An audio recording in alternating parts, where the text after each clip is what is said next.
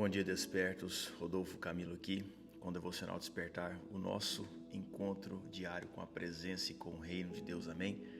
Essa semana falando sobre conselhos do sábio, um estudo sobre o livro de Eclesiastes. Eu quero encerrar esse tema com você falando diretamente sobre alguns conselhos práticos de sabedoria. Salmo 141, verso 1 diz: Bendito seja o Senhor, rocha minha, que treina as minhas mãos para a batalha e os dedos para a guerra. Amém? O Senhor está te treinando para a batalha, os seus dedos para a guerra. É um salmo de Davi, lembrando que a guerra dele, ele vencia na adoração, porque ele era um adorador, e quando ele fala que Deus treina os dedos dele para a guerra, ele está falando da adoração que ele dava para Deus para buscar força e vencer as suas batalhas e vencer a sua guerra. Que assim seja com você, amém? Sempre tenho 3 chaves para você. A primeira delas é: a misericórdia é um grande investimento. Eclesiastes capítulo 11, verso 1 e 2 diz: Lance o seu pão sobre as águas, porque depois de muitos dias você o achará. Reparta com 7 e até mesmo com 8, porque você não sabe que mal sobrevirá à terra. Sabe, ter sabedoria para viver é entender que hoje nós podemos ajudar e amanhã poderemos ser ajudados. Lançar o pão sobre as águas, que a palavra diz aqui, é sobre fazer algo ilógico, muitas vezes incoerente com a lógica terrena, que contradiz o princípio bíblico e terreno da semeadura e colheita. Porque quando plantamos uma semente, a plantamos na terra, e esta lhe dá o crescimento. Agora, lançar o pão sobre as águas é algo que claramente não nos dará retorno, não nos dará fruto, ou seja, é algo que damos sem esperar algo em troca. É algo que damos sem esperar algo em troca. E é isso que Deus nos diz, sabe? Ele diz: olha, faça, seja generoso, misericordioso, mesmo que aparentemente isso não lhe traga retorno. Mas confie em mim, tão logo isso retornará para você de alguma maneira. Muitas vezes nós queremos fazer algo de bom, esperando algo em troca, esperando um investimento, que aquele investimento nos traga algum retorno. Sabe, existe um princípio muito difundido hoje que é a questão da intencionalidade, para você buscar conexões, pessoas, ambientes que vão te trazer algum benefício, e está tudo certo, isso pode funcionar. Mas tem algo que funciona muito mais profundamente, que é a misericórdia, porque a misericórdia ela é vista pelo Senhor. E a palavra nos diz, eu te digo hoje, que a misericórdia é um grande investimento. Se você parar para pensar nessa passagem, você pode aplicar ela em diversas áreas da sua vida. Lance o seu pão sobre as águas, porque depois de muitos dias você o achará. Reparta com 7, com 8, porque você não sabe o mal que sobrevirá à terra. Isso fala diretamente sobre semear sem esperar algo em troca, e não uma semente. Muitas vezes você vai abençoar uma pessoa com a palavra, você vai abençoar uma pessoa com um dinheiro, alguma coisa, com uma conexão, você vai abençoar uma pessoa com uma oportunidade, e muitas vezes isso momentaneamente vai te trazer um retorno até ruim. Mas eu te digo, a misericórdia ela é vista pelo Senhor. Ter sabedoria é saber que a misericórdia é vista pelo Senhor.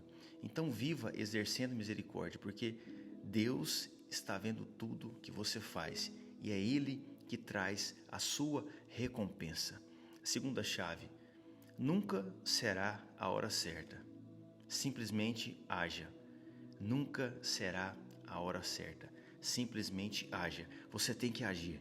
Eclesiastes capítulo 11, verso 3 ao 4 diz: Se as nuvens estão cheias, derramam chuva sobre a terra. Se uma árvore cair para o sul ou para o norte, no lugar em que cair, aí ficará. Quem somente observa o vento, nunca semeará. E o que olha para as nuvens, nunca fará a colheita. Quem somente observa o vento, nunca semeará. E o que olha para as nuvens, nunca fará a colheita. De uma perspectiva terrena, com o tempo nós começamos a entender os sinais do céu. das estações, e essa percepção muda o nosso comportamento.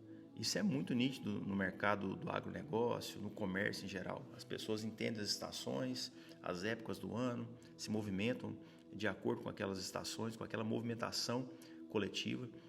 Agora, de uma perspectiva emocional, nós começamos a ver as circunstâncias e deixamos que essas também moldem as nossas atitudes.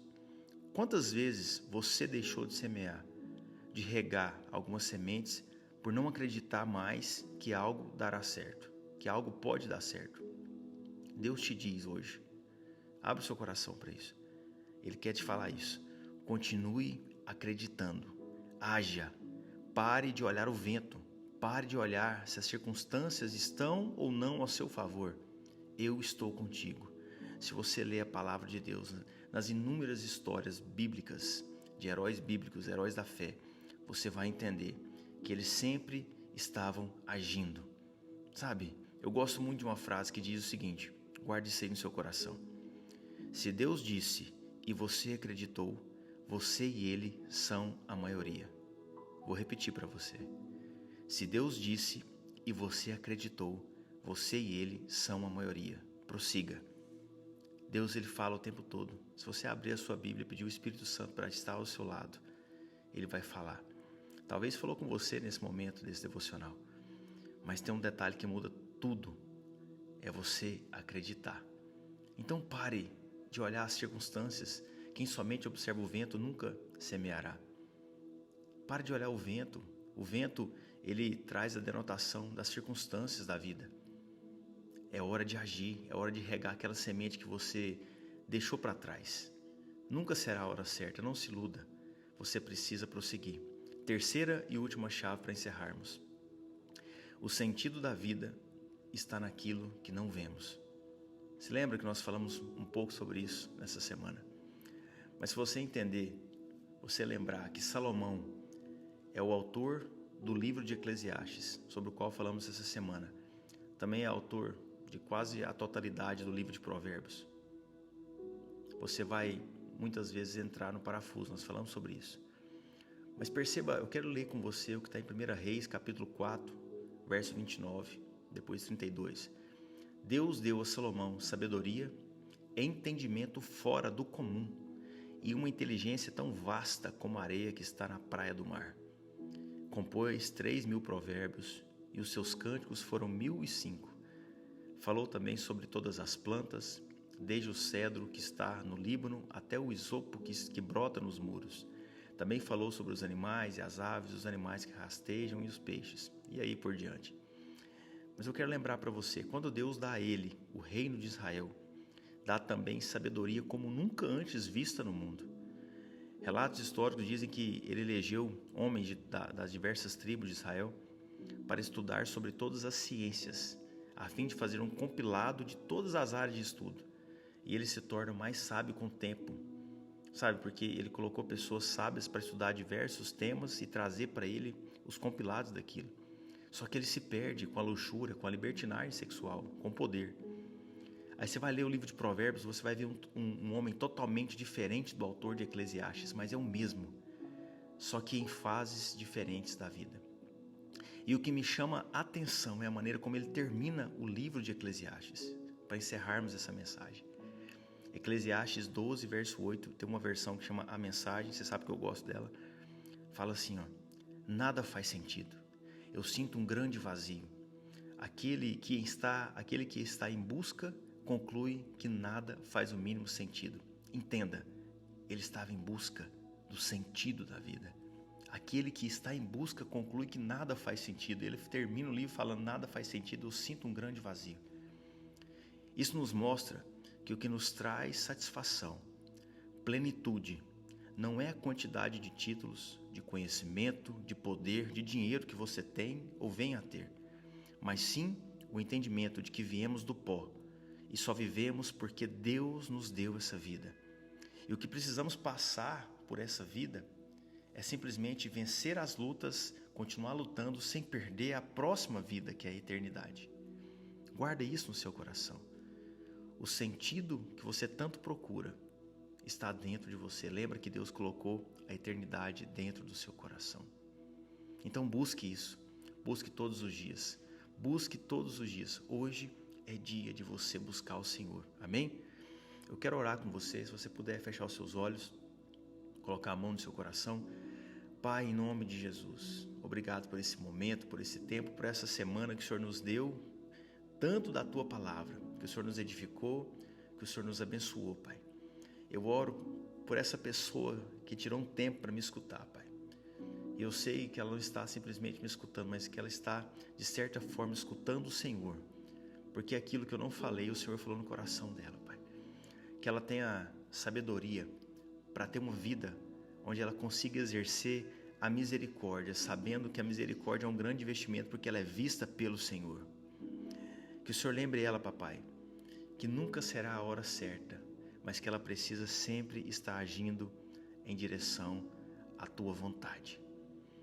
Pai, que ela encontre o sentido da vida dela nas pequenas coisas, que ela olhe para dentro do coração, que hoje ela se lembre de tudo que o Senhor já fez na vida dela, em nome do Senhor Jesus.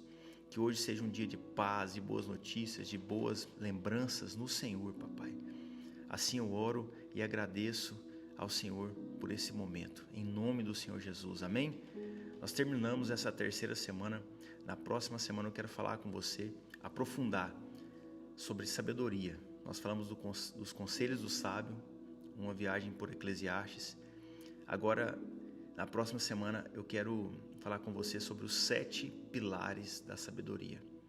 Como adquirir, como construir os 7 pilares na sua vida para você ter uma vida realmente sábia, frutífera, abundante, conectada com Deus. Amém? Em nome de Jesus, eu espero que você tenha um dia abençoado, um final de semana abençoado, que você consiga desfrutar de tudo aquilo que Deus te deu. Em nome do Senhor Jesus. E o que Deus fez hoje, Ele vai continuar amanhã. Não falte ao encontro. Eu te espero na próxima segunda-feira. Que você traga mais uma pessoa para fazer parte desse propósito. Coloque isso no seu coração. Que você se conecte a uma pessoa. Fale para ela, vamos nos aprofundar na palavra de Deus. Para entrar nesse próximo ano ainda mais abençoados, em nome de Jesus. Vai pensando em quem você vai chamar para a próxima semana. Tenha um final de semana abençoado em nome de Jesus.